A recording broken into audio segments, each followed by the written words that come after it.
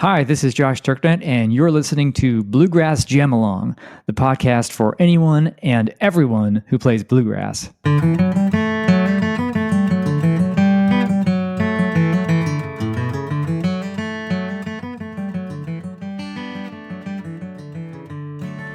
Hey everybody, welcome back to Bluegrass Jam Along. I'm going to do something this week that is not something I normally do, and that is repeat an interview that's gone out on the podcast before. And the reason for that is that it's a really interesting one. It was one of the earliest interviews I did, and it's particularly pertinent for this time of the year, so I thought I'd put it out again for those of you that have missed it, but also for those of you who just might want a refresher. And the reason I'm doing that is a lot of us have New Year's resolutions around practicing more, practicing better, improving. A lot of us get stuck in a rut and use this time of year as a way of getting out of it. And this interview can help you do just that. I spoke to Josh Turknett, who wrote a book called The Laws of Brainjo, which is a book about basically how your brain works when you practice music, specifically relating to the banjo. But it's not a book about learning the banjo. It's a book about learning music, or really a book about learning anything.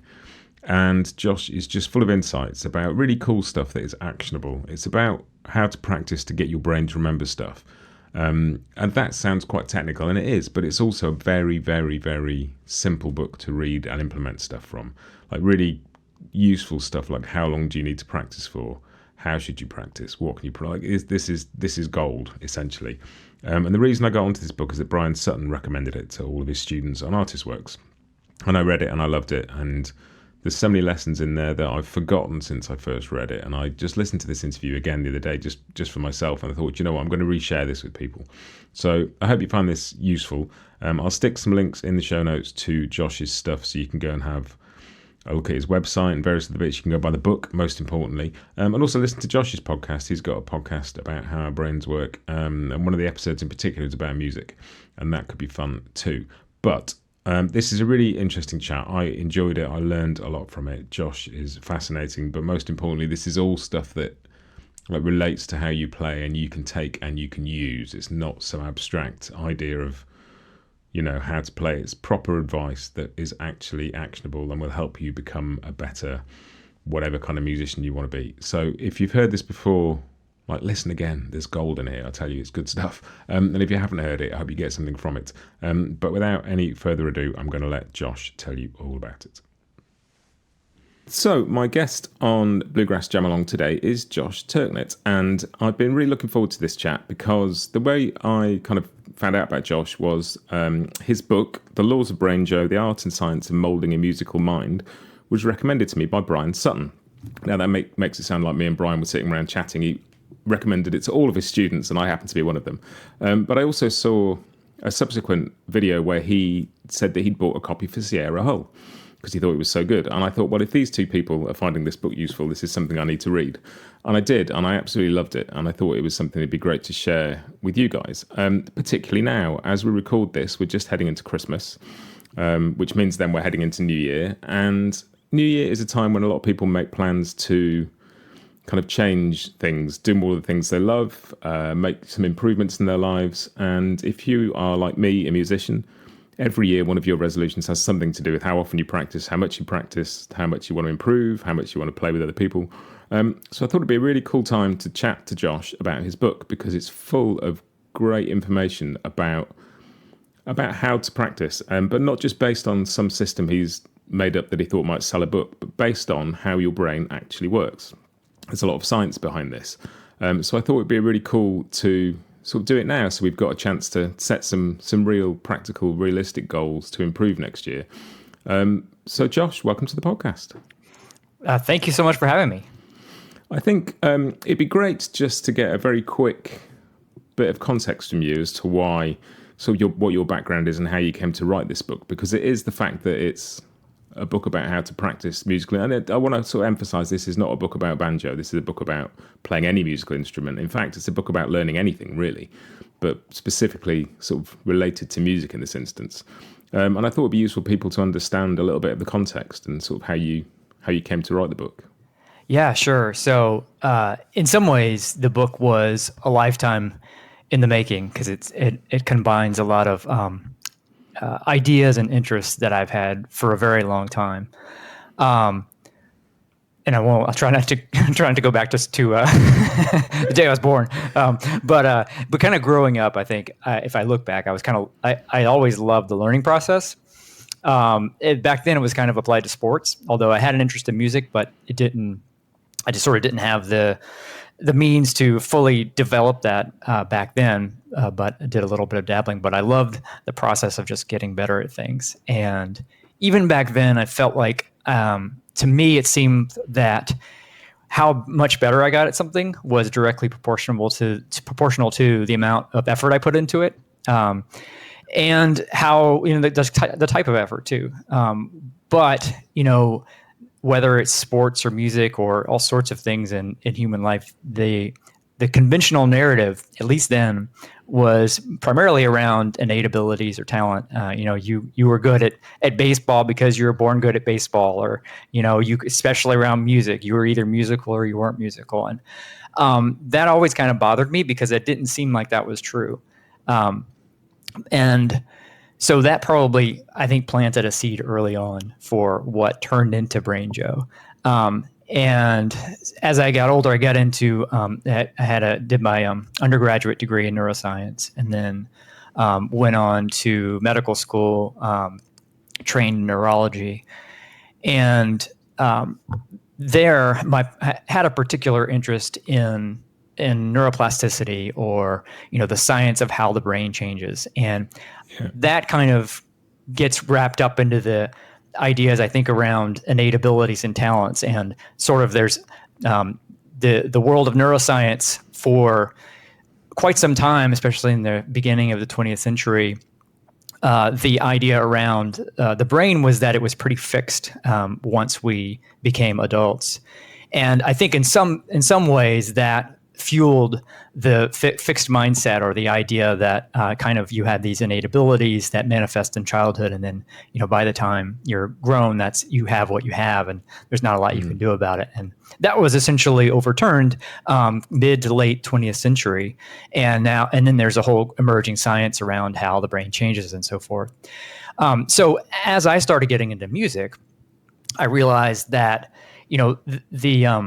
this sort of science of how the brain changes had not been really integrated into how people go about learning music, or really in much of education at all, even though the primary purpose of learning music or learning anything is to change the brain. We have to, what we're trying to do is build the neural networks that support the knowledge and skills of whatever it is we're trying to learn. So that, as I'm sort of doing that in a professional capacity, realizing that these things, these insights from neuroscience, have direct applicability to learning and learning music.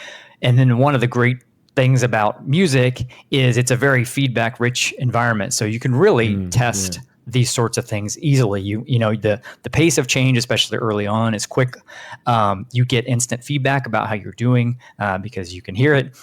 So it's a really good way of testing all of these things and getting better about the process of learning. And part of my frustrations as I was trying to learn music, so I started getting really into it early on, and my early 20s, I would say.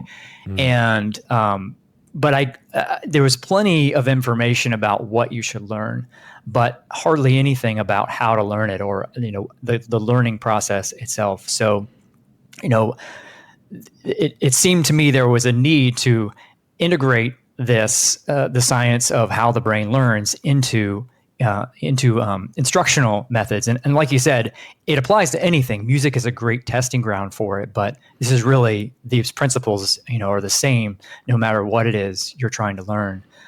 So, it was this fundamental belief that went way back, that our success in learning anything is not about the brain we're born with, but the brain we make through practice. And so it's more about how we go about learning, and that success or failure is driven by our learning process. And that people who reach the high levels of expertise don't get there because of natural talent, but because of their very effective learning or practice methods. So we have these two streams of information that we can look to. One is the science of how the brain changes. The other is studying people who have reached high levels of expertise, see what their processes are. And those areas of overlap where you see commonalities between those two things, the theoretical side of neuroscience, the empirical side of people who have learned really well. And those to me are the best candidates for your golden principles about how to learn, and finding those golden principles and then building an instructional method around it kind of became the founding vision of Brainjo.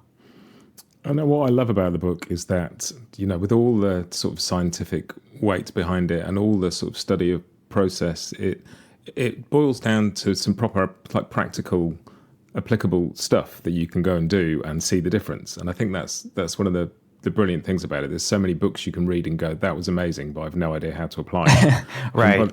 By the time you've read the book, it's already told you how to apply it. And that's right. fantastic.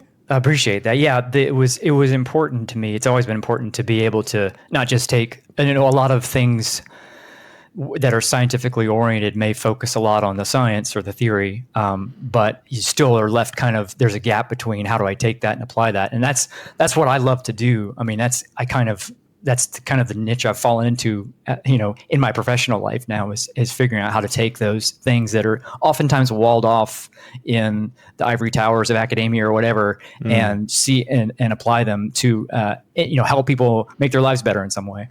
Yeah, definitely. And I think there's a lovely sort of image as well, this idea that, because I think it's easy for people to believe that some people are just born to, and obviously people are born with talents and with gifts, but you cannot sustain a career of brilliance based just on that.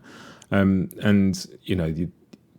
when you see somebody doing something amazing, we tend not to go, they must have worked hard. We tend to go, right, aren't they gifted? Like it's something that's been given to them and they just sort of wander around showing it off to people. And I think it's great to have that challenged. It's a bit of a double-edged sword because that puts the responsibility on us to do something.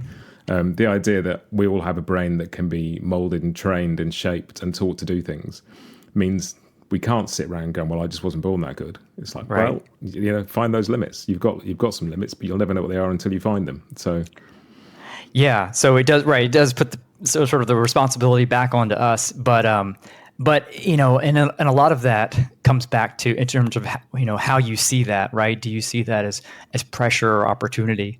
Exactly. Yeah, mindset, entirely down to mindset. It does, and one thing I also is try to get people away from is judging themselves appropriately or not judging themselves at all if possible, and really just you can look at the gap between where you are now and where you want to be as this sort of insurmountable or enormous area. You can see that as a negative, or you can see those are how many opportunities to make progress and enjoy the process of learning. And it's almost viewed in that way. Music is the gift that keeps on giving because there's no end to it. Yeah, and there's a bit from the book that basically describes the process as it not being about an end goal, it being about continuous small improvements. And that's kind of life, isn't it? If we fixate on, I'll be happy when this happens or when that happens, or if you just find processes that make your life incrementally better every day and enjoy them sort of running, then that's sort of what happiness is on a day-to-day level, really.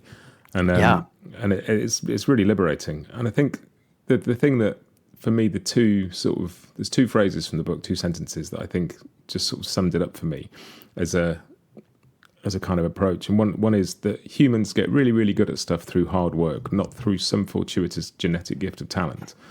And that's the sort of the basic principle. But what the practical application is followed up with how you practice matters a whole lot more than how much you practice. And that's kind of the meat of this conversation, I guess, is it's entirely down to what you do to train your brain to do the things you want it to do. Right. Exactly. Yep. Yeah. You can, it's quality over quantity in many ways. I mean, quantity helps, but it won't correct for poor quality.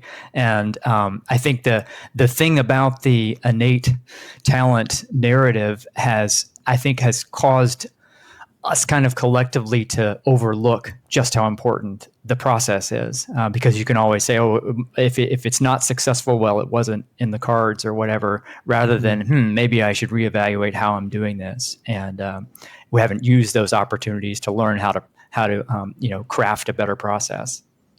So what's the sort of the first place people can generally start to get to grips with some of these ideas and to sort of understand how they can take control a little bit?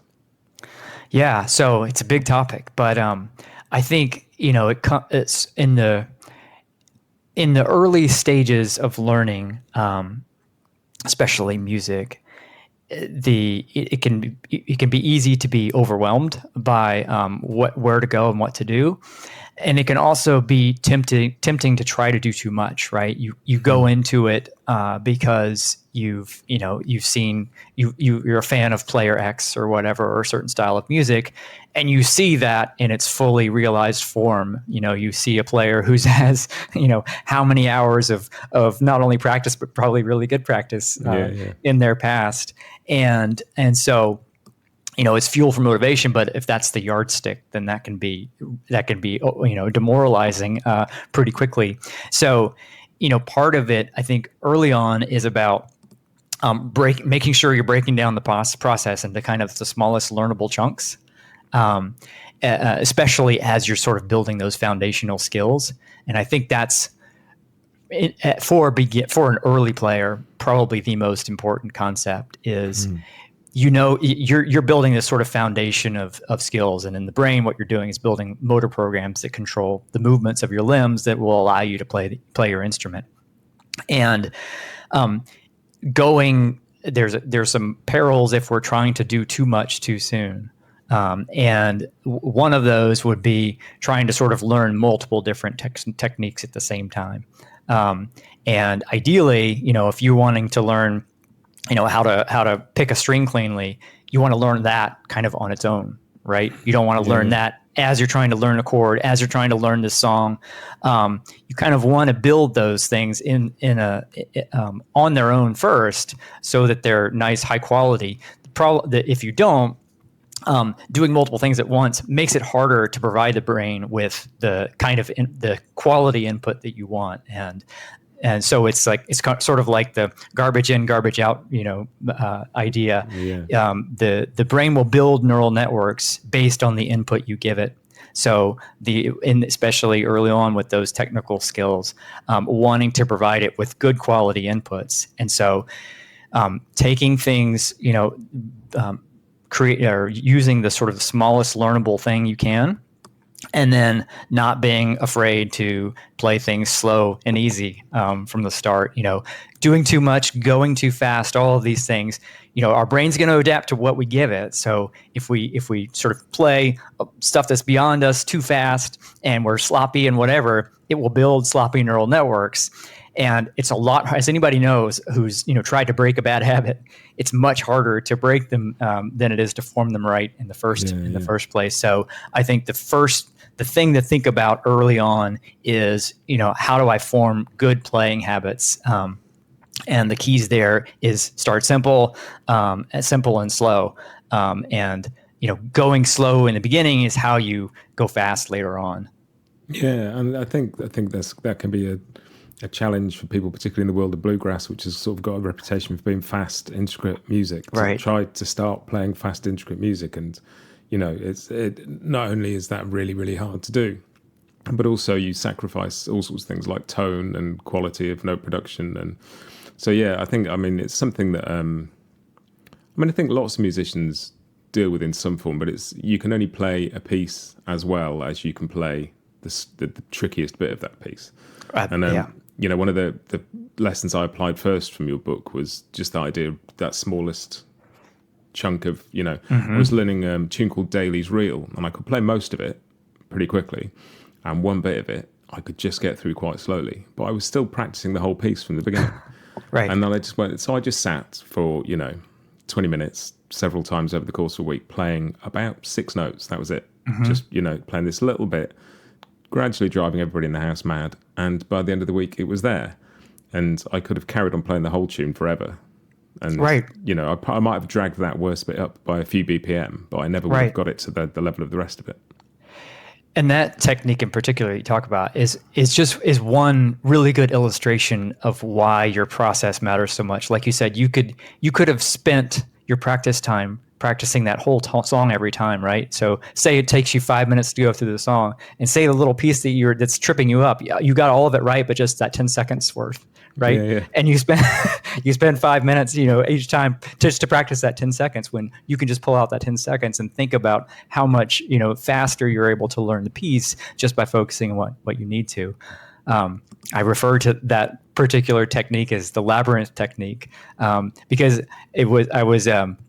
and that idea came to me. If you're familiar with the game Labyrinth, where people have seen it's got the wooden board and you move it around, you move a little marble around, and try and get it through a maze. I was playing it with my son. He was like 7 or 8 at the time, and we were trying to see who could get it the furthest. And so I was practicing on my own time, and there was this one little spot in the maze that was like way away from the start line, and I was putting my marble at the start and getting to that spot and then trying to get through it. And I kept putting back. I was like, wait a second, why don't I just put the marble right at the spot and work through the little movements I need to get through that. And I was like, and that's the same thing with music. It's like, if you have a little troublesome section in a piece or a song, work on that specifically, right? And in both cases, the learning will accelerate dramatically just by making that little switch. And it's one of those things that seems so obvious in retrospect. You're like, duh, why didn't I think of that? But you don't do it, and I'm still guilty sometimes of not thinking to do it. So it's these are. I mean, part of the reason I write these things down is to remind myself of what's most important. And it's that also that sort of idea, and it's the same principle, I guess, but I sort of realised that I can play the A section of most fiddle tunes much better than I can play the B section, because you start with the A section. And so I now I'll sometimes start a tune and I'll start with the B section and then go into it. And it makes so much sense when you see it from that angle. Yeah, for sure. Yeah, and then also sometimes practicing, like starting with the fourth measure. See if you can do that. Is the song like stored sequentially in your mind, so where you have to start from the beginning, like your ABCs, or can you go straight to a section and play it? It's another challenge, but how in a demonstration that how you learn really shapes what you end up having. Yeah, and it leads into that idea of sort of the practical sense of how you get that feedback and how you understand if you've internalized something enough. And I'm going to pronounce this word wrong. Automaticity. Yeah, I stumble over that. But it's this idea that I loved it. That it's sort of very simple idea that if you can do something while you're doing something else, it means that you're able to do it with a level of autopilot. And the something else that you describe is something that musicians do all the time anyway, which is playing along to a metronome. Mm-hmm. And it's so simple. Yeah. So, and I think probably another thing for people early on to think about, and I think there's a tendency when people are starting out not to practice along with any type of rhythm keeping device or timekeeping device. And we think of the metronome or any kind of timekeeper as a way of practicing rhythm. But it's also a way of testing for automaticity, and automaticity meaning you can carry out some type of activity, some kind of motor program with your limbs or whatever, while your conscious mind is focused on something else. And really what we want to do is take all of the technical components of playing and automate them, right? So, when you're playing with others or when you're performing, you want your conscious mind not to have to focus on any of the movements of your hand. And as you're learning, we talked about breaking things into the smallest chunk. One way to know that you have that chunk, that you've successfully learned it, is if you're able to play it along with some kind of external timekeeping device. Because what you have to do in that scenario is your conscious mind has to pay attention to the clicks or the drum beat or whatever while your hands are doing something else. So, if you're not able to keep up, it could mean that you need to work on your rhythm, but it also could mean that those movements just aren't automated yet. And so your conscious mind can't focus on both the movements you're making and listening to the thing that's keeping time. So yeah, it's a super important thing to use early on. I mean, I think if you're talking about good New Year's resolutions, always practicing with some kind of timekeeping device is a really good one, because it's something that I know a lot of people avoid, and it's one of those things that if you start out not using it all and then try to go back, it makes it even harder. Yeah, and I noticed this in my playing, just doing that. You sort of get double feedback. You get the feedback on whether you've managed to automate the process or not, but you also get feedback on which of the bits of the tune you struggle with most, because they're the bits where you're struggling to keep up. And I hear my son play the piano, and he doesn't like to practice with the metronome because he likes to be able to slow down for the tricky bits. Right. And you can't do that with a metronome. And it's right. And you may not realize you're doing that until you put that track on and hear it. Yeah, it's like truth serum. You'll find out. And then you can actually, I mean, it's a good process is to take something you think you know, play it along with the backing track, and then you find little bits where you're slowing down or not able to keep up. And then those are the ones that then go back, use the labyrinth technique to and just loop those, with a backing track. And that's a really effective way to learn, much more effective way to learn than not using one at all. Yeah. Yeah, and I think it is. You sort of talked earlier about the sort of speed of particularly in the early bit of learning an instrument, you get a lot of progress really quickly, but that sort of sense of frustration, and I think you put it really sort of clearly actually, that most people give up because they stop getting better.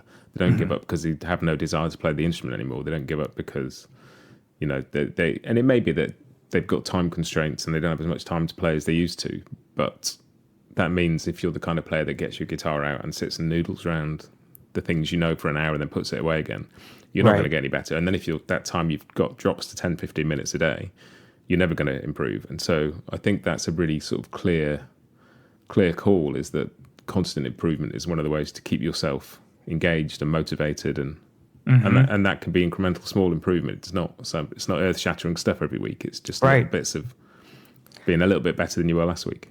Yeah, I mean that was one of the things I wrote about in the book, was that I had my own personal revelation when I realized that I enjoyed playing as much now as I did just in the very beginning. Like it wasn't reaching some particular level or being able to play some particular song.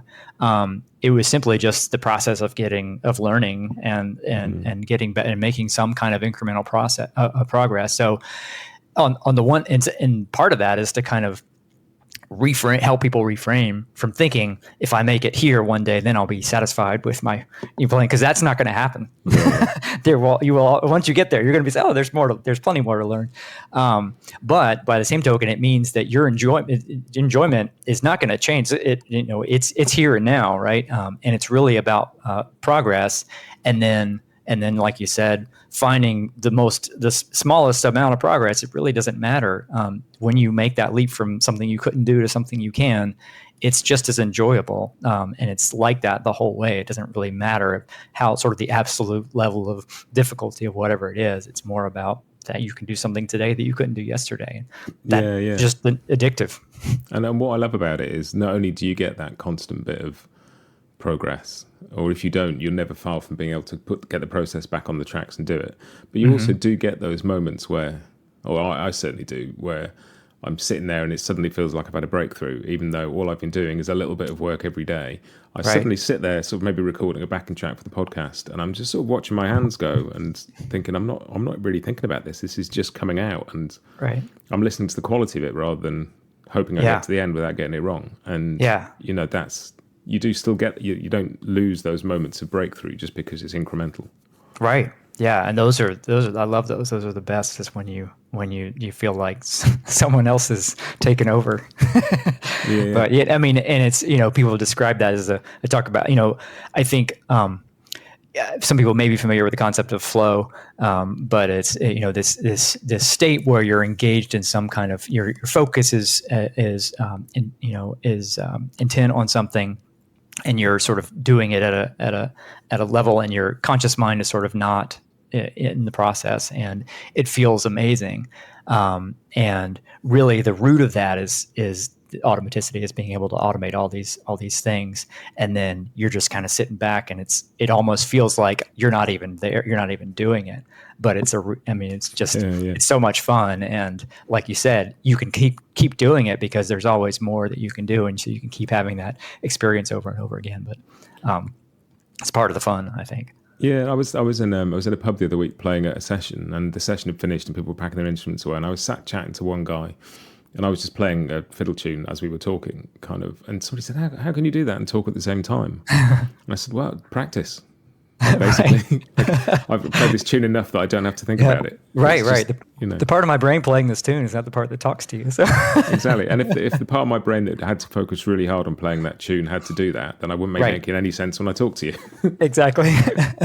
But I think what you just said there about the sort of the idea that if you even if you reach the point where you go, I'm going to be happy when I get to there, there's always still somewhere else. And it's that, I think it's another of the lovely ideas from the book, is that it's just a journey, and it's we're all different. And it's a theme that's really emerged as I've talked to musicians on this podcast.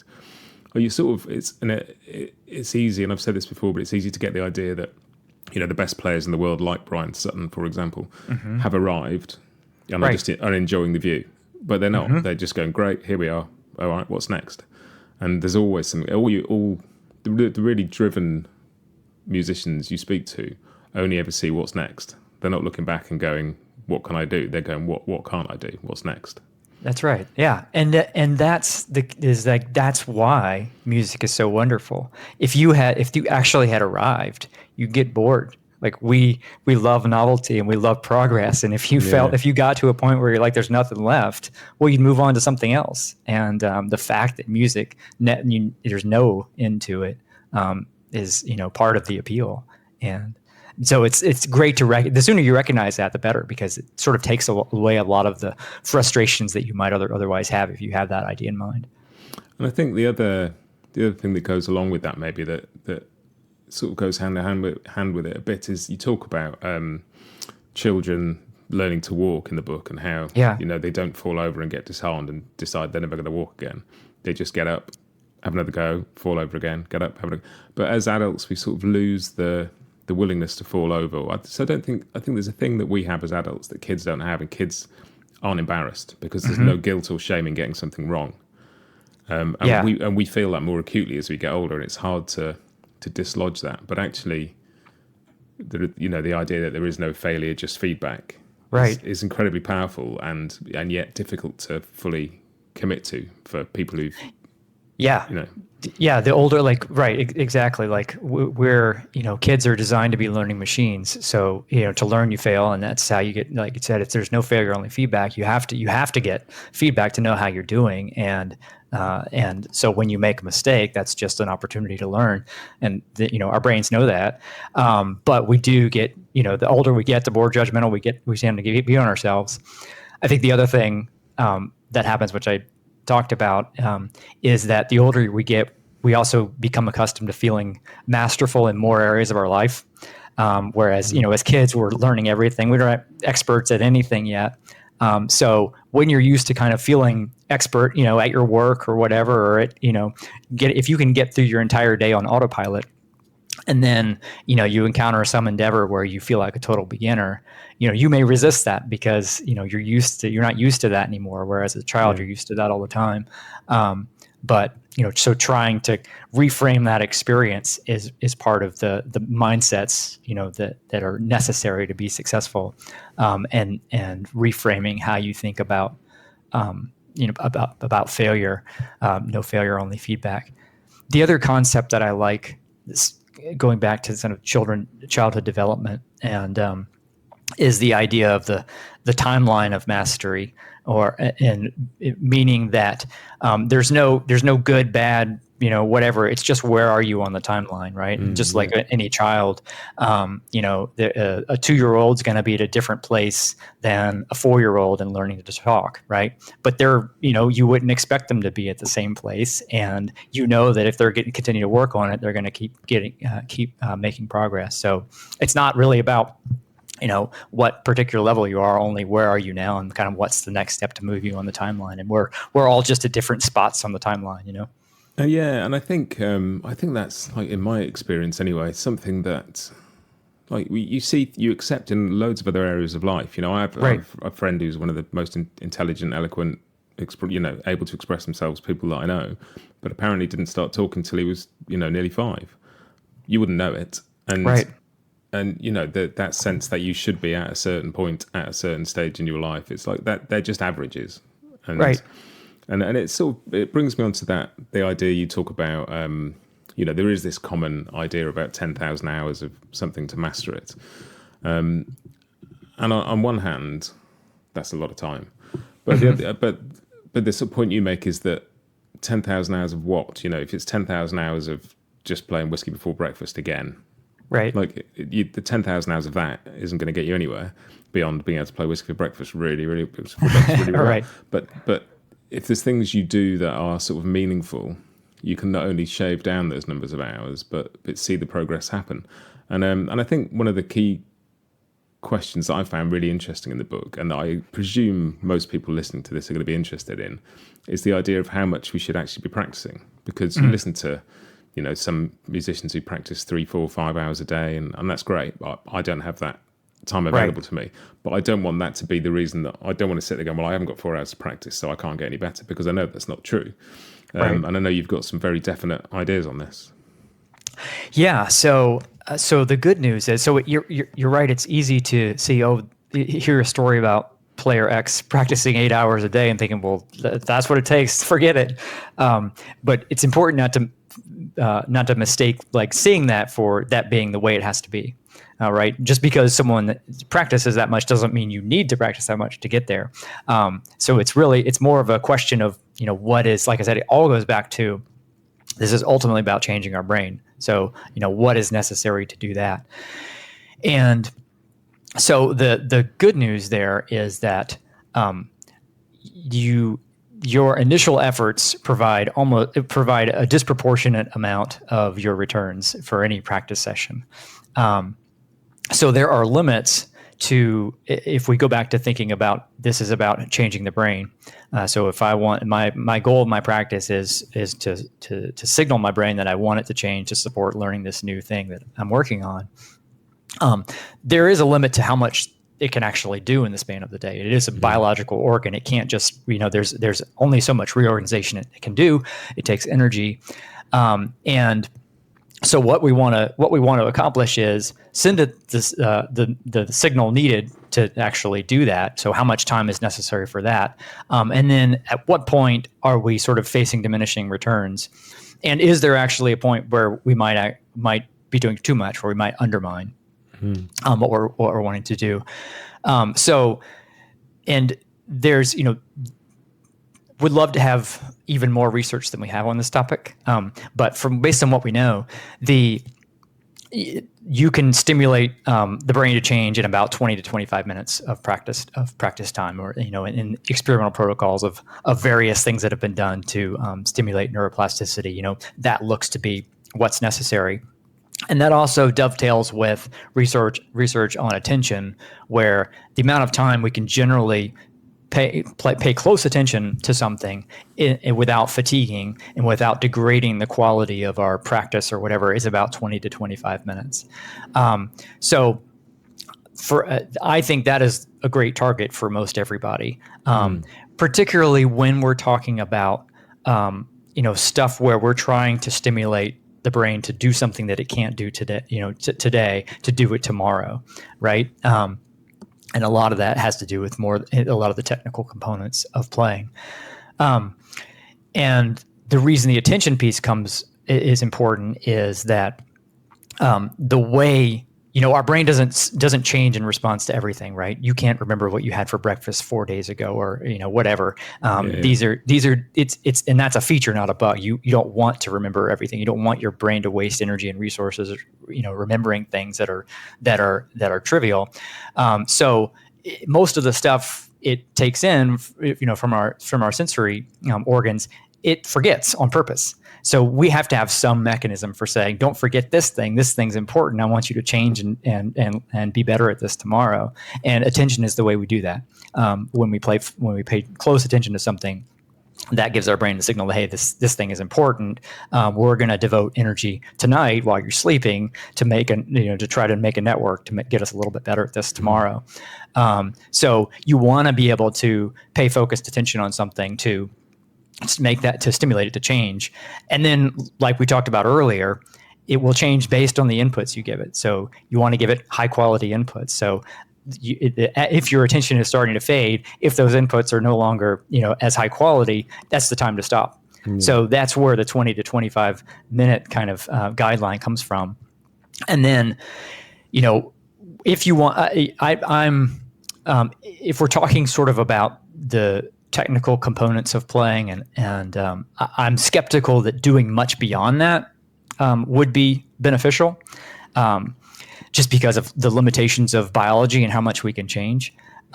There's also a phenomenon known as motor interference, where if you practice something and then you practice something else within 4 hours of that, both of those things will be degraded. So your performance on either one will be worse than if you hadn't done the second one. So you could potentially undermine your progress either by going too long or by doing another session in close proximity. So that's where I've recommended before, if you're going to do another practice session in a day, give yourself at least 4 hours or more. Particularly if it's these technical components. Now, one of the thing that's a, sort of a caveat to think about is that there's more to playing than just learning the movements that we need to make, right? There's sure. The other category, there's training your ear, right? And there's learning all how music works, what people would call music theory, which tend to get neglected. But one of the principles of interference is that it probably matters how much the networks overlap. So if you're learning one particular thing and it's totally discrete from another, it's less likely for there to be interference. So, rather than say practice for 20 to 25 minutes on learning this passage in this particular piece that you're struggling with, and then don't do anything else, rather you could say do that and then maybe do something to train your ear or do something to learn more about theory that you don't know or whatever. So it's understanding the kind of the type of learning also matters in terms of how you're partitioning your practice time. And again, I think it's one of those things that these aren't concepts we don't understand. If you've been to the gym, you need to let your body, this is the thing that I think I found really interesting, is the idea that you're not getting better while you're practicing. You're telling your brain how to change while you're practicing, and then after you practice, your brain, and it's the same with your muscles. When you exercise, you tear your muscles ever so slightly, and as they mend themselves, they get stronger. And exactly that point, I guess, is that you wouldn't physically expect that if going to the gym for half an hour every day was good, that going to the gym for 3 hours every day would be proportionally better for you. And a fine example of that is I've been running for years to keep fit, and I decided to run a marathon a few years ago, and what I learned was that I'm capable of doing it, but it's not very good for me. You're right. If the only goal for that is a distance goal, then that's a challenge, and I accepted the challenge and I enjoyed it. It was great. But my body did not turn around and go, "Thanks for doing that. That was brilliant." Right. My body turned around and went, "What are you doing? You don't need to do that to keep fit. That's not, and it's a different kind of challenge, and it's, but the principle is definitely there, that more of something is not always better than the right amount of something. Yeah, we're very inclined to think more is more, and it's definitely not always true. And you're right. The analogy to sort of muscular fitness or whatever is a really good one. It's the same kind of idea. You wouldn't, you spending 20 minutes or 30 minutes in the gym to sing the signal is great. If you spend 3 hours doing the same thing, you're probably going to undermine yourself because you have no ability to recover from what you just did. So. And I think, there's a lot of different domains in biology where you're learning that less is more, right? And how to get away, what is sort of the minimum effective dose and how can you do it the most efficiently? Yeah. And there's a couple of things you touched on there, actually, both the concept of giving your brain time to rest so it can build these new pathways, but also the sort of the stuff you can practice that isn't just the mechanical move, and some of it doesn't even require an instrument being in front of you. And so it leads me on to the idea of visualization, which is something you talk about a lot in the book. And I think this is something that when Brian Sutton was recommending this book, he'd sort of said that he'd use these visualization techniques to learn the music for the new Bella Fleck tour that he's playing on. And this is some complicated music. Right, sure. Complicated music, and it's really helped. And first off, I think the word visualization has been unhelpfully co-opted in some circles around personal development, because it's sort of On some sort of crass level, visualization means if you want a really nice car, just think about yourself having a nice car and eventually you'll get one. Right. And A, that doesn't work. But B, I think it's a bit of a simplification of what visualization is. And I mean, I'll let you explain it because you'll explain it better than I do. But it's much more about actually mentally going through a process rather than just painting a nice picture and looking at it. Right. Yeah, exactly. So if you use the term visualization, there's no telling what somebody's going to think of because of the different ways to use. But in this particular context, what and it's like you said, it's a really effective tool. But what we're talking about is a first-person perspective of playing. If you're a musician and using visualization, a first-person perspective of playing your instrument. And I usually have people as an exercise to kind of get the idea or know if they're doing it right is to either imagine throwing a ball with your non-dominant hand. And just sort of not imagining watching yourself, but actually doing that, making the throw, first doing it with your dominant hand, then doing it with your non-dominant, or try imagining signing your name with your dominant versus your non-dominant. And if you do that, and if you feel the awkwardness of doing it with your non-dominant hand, then you've got the right idea. Then you're doing the first person perspective. Yeah. And what and studies on this show that if you image your brain doing this, the same networks that are lighting up, that are with increased blood flow, when you're actually doing the thing, are lighting up as well when you're visualizing the thing. And even more remarkable is that if it's done in some kind of learning paradigm, so there was one that was a piano, a simple little piano piece taught to novice piano players, and one group visualized and one group just played the piece and one group didn't practice at all.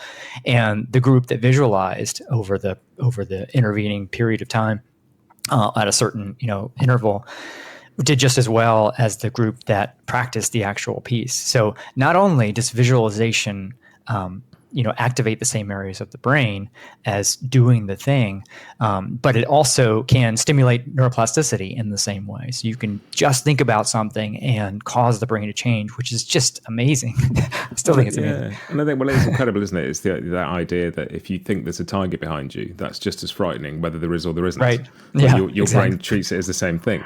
Yeah, exactly.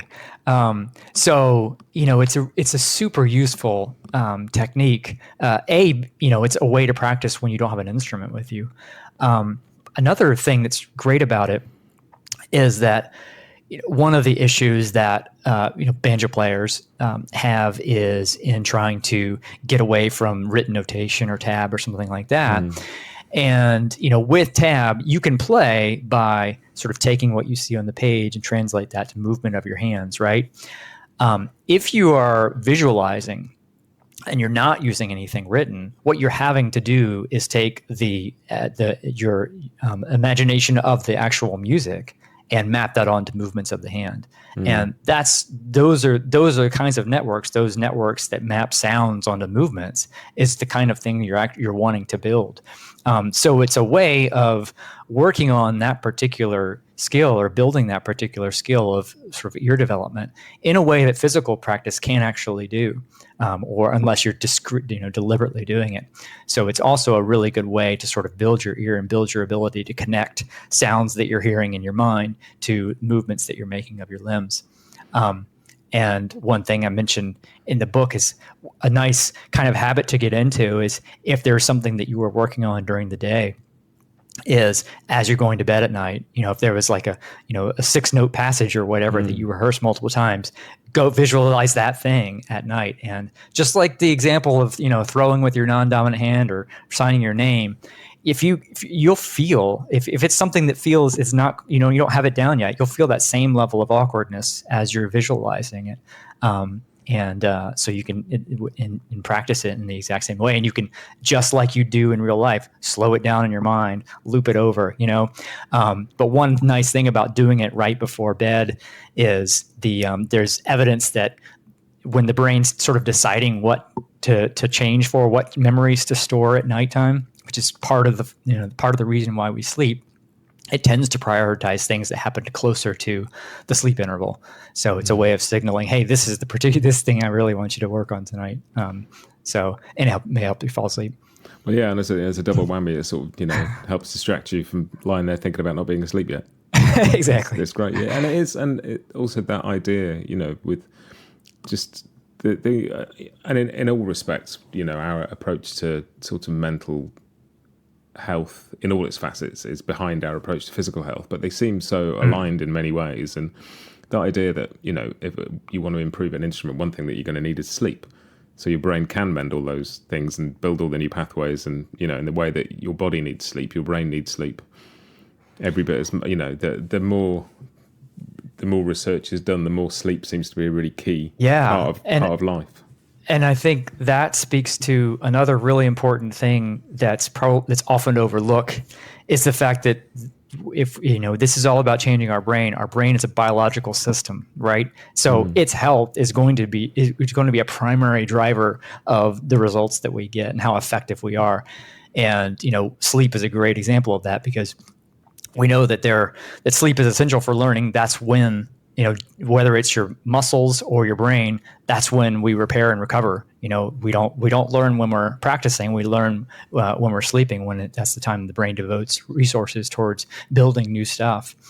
So if you're not getting it, or if you're not getting certain stages of sleep, then you may not, that could undermine your whole, all your efforts. So being mindful of the fact that we're ultimately, requiring something of a biological system here, that its health matters. So attending to things like making sure we're getting adequate sleep, sleep, movement, nutrition, probably being the three big things that drive the health of the brain. But those things are going to influence this process probably significantly, and more than than most people appreciate. And it's easy to, because all of our learning sort of happens in an abstract space. We tend to forget that it's all driven by a biological system. Yeah, and even simple things like life is incredibly busy now, but I just find that we've lost that time that we used to just sit and look out the window. And for me, it's like in the same way that when you're practicing an instrument, it's not when your brain's actually making the changes. When you're reading a book, or I don't know, taking some information, and it's not when you're processing it. That happens when you're going for a walk, or doing the dishes, or driving the car, or just sitting and looking out the window. And that's when, your brain puts everything where it needs to go, so you can use it effectively. Yeah, that's a really good point. We are seemingly busier than ever, and we've tended to undervalue the importance of sleep and undervalue the importance of downtime. Whether it's going for a walk, whether it's I know that all of my best ideas and insights come when I'm not thinking about something. When I'm on a walk, when I'm in the shower, when I'm on a drive, when I'm daydreaming out. That's when your brain is assimilating information, and it needs those downtimes, right? We can't always be bombarding it, but in this day and age, that's become more of an issue than ever. I was talking to my son about it the other day, and sort of explaining to him I was at university. We had 2 recording studios that you could book 24 hours a day, and you could record through the night, and we often did. But every Monday morning for 3 hours, they were both offline while the technicians went in and cleaned things and sorted the cables out, and sorted out the tape heads, and we were livid about that, because that's 3 hours we can't those studios. And they just said to us, look, if we don't do this every week, you're not going to get to use them at all, because they'll just fall apart. And it is that sort of the idea of scheduled downtime, scheduled maintenance, and just looking after the things themselves that I think people I think maybe the last couple of years have hopefully taught people a bit more about that, and reminded us that we need that. Yeah, absolutely. And I think that I bet most people listening have had the experience, and we've kind of touched about it earlier, where you haven't played for a little bit, or you've slept, and you come back and it's easier than it was the day before, right? And and it's a powerful illustration that something happened while you weren't doing anything.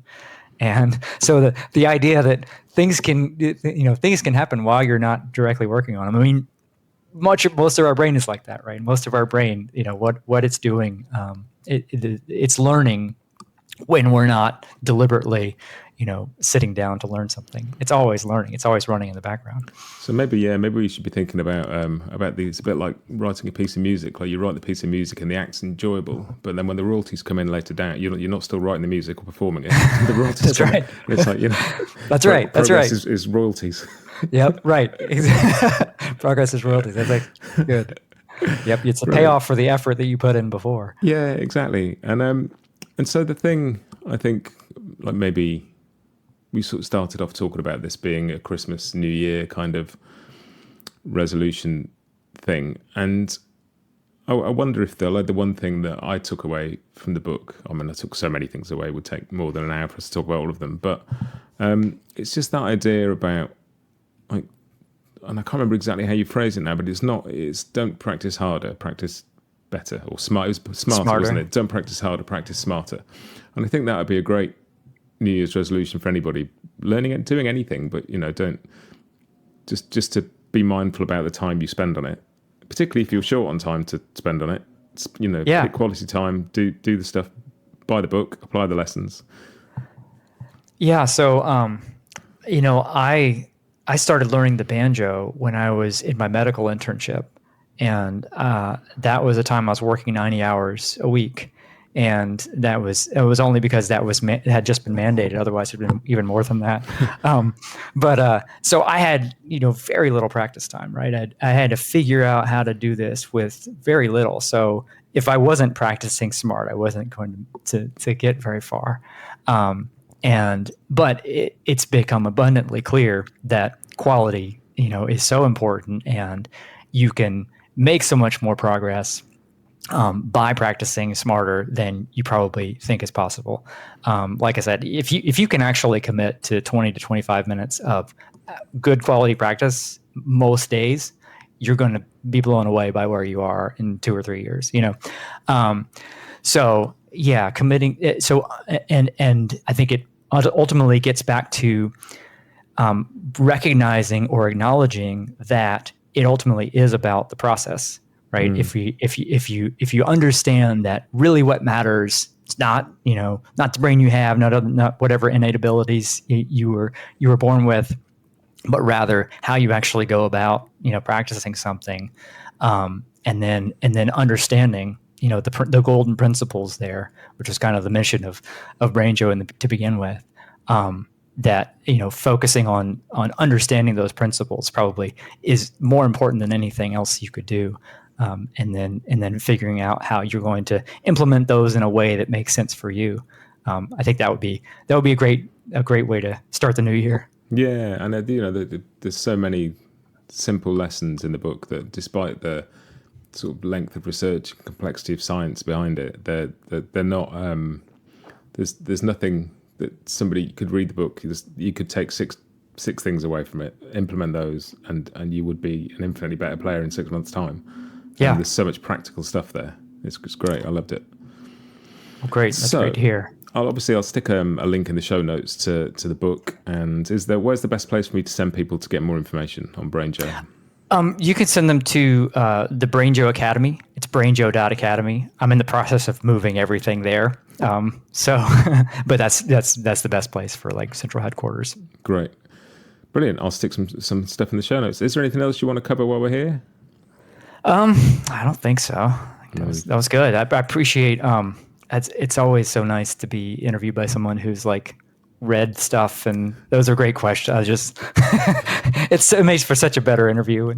I mean, this is something I do in addition to my day job and in addition to finding time to play music as well. So all the time I spend podcasting is time not spent playing the guitar. So I'm not going to interview anybody if I haven't read their book and loved it. That's good. So you're a guitarist? Yeah, guitar and mandolin, but like I think lockdown brought me back to guitar. There's something about a bigger sound that fills a room that just felt and coming back, it felt a bit like coming home, picking up a guitar again. I can't quite explain it, but it's just that's been what I've been doing for the past couple of years. Very cool. Where are you? Over in the UK. I live in London. You're in London? Okay. Yeah. Cool. Brilliant. Well, I can't thank you enough. This has been such an enjoyable conversation, and I think there's stuff in here that everybody can take away and run with. All right. I appreciate it. I really appreciate you having me on. Thanks a lot, Josh. All right. Take care.